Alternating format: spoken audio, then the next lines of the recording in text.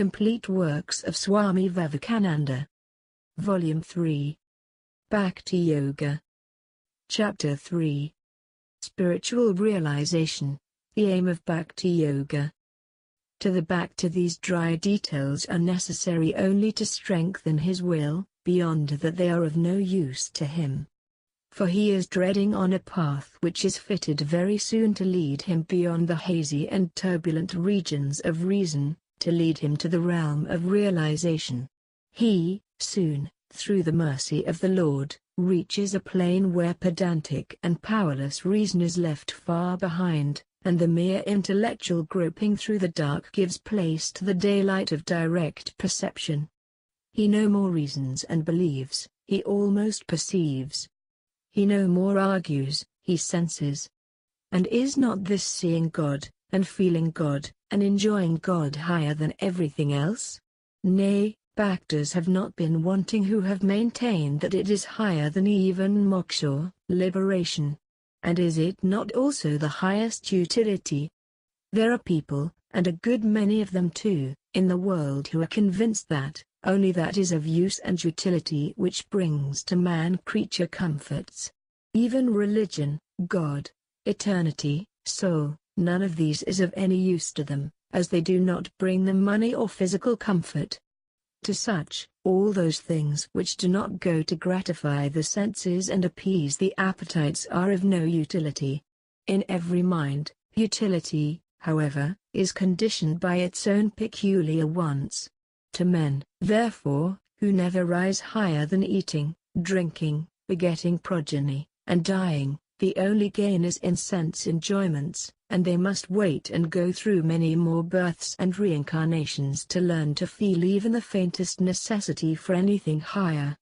But those to whom the eternal interests of the soul are of much higher value than the fleeting interests of this mundane life, to whom the gratification of the senses is but like the thoughtless play of the baby, to them God and the love of God form the highest and the only utility of human existence. Thank God there are some such still living in this world of too much worldliness. Bhakti Yoga, as we have said, is divided into the guni or the preparatory, and the para or the supreme forms.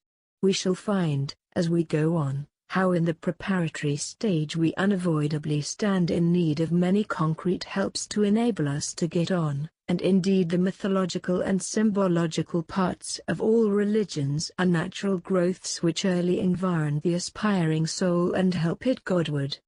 It is also a significant fact that spiritual giants have been produced only in those systems of religion, where there is an exuberant growth of rich mythology and ritualism.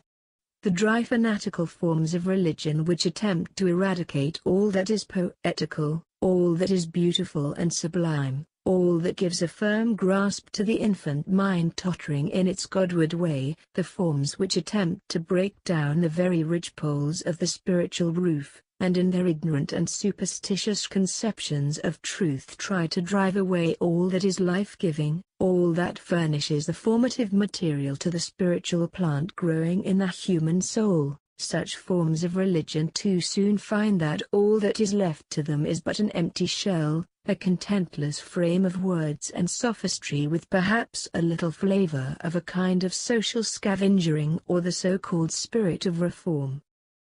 The vast mass of those whose religion is like this, are conscious or unconscious materialists, the end and aim of their lives here and hereafter being enjoyment, which indeed is to them the alpha and the omega of human life, and which is their ishtapata, work like street cleaning and scavengering, intended for the material comfort of man is, according to them, the be-all and end-all of human existence, and the sooner the followers of this curious mixture of ignorance and fanaticism come out in their true colors and join, as they well deserve to do, the ranks of atheists and materialists, the better will it be for the world.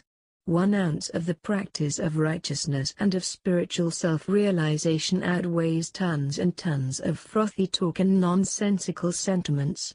Show us but one gigantic spiritual genius growing out of all this dry dust of ignorance and fanaticism, and if you cannot, Close your mouths, open the windows of your hearts to the clear light of truth, and sit like children at the feet of those who know what they are talking about, the sages of India. Let us then listen attentively to what they say,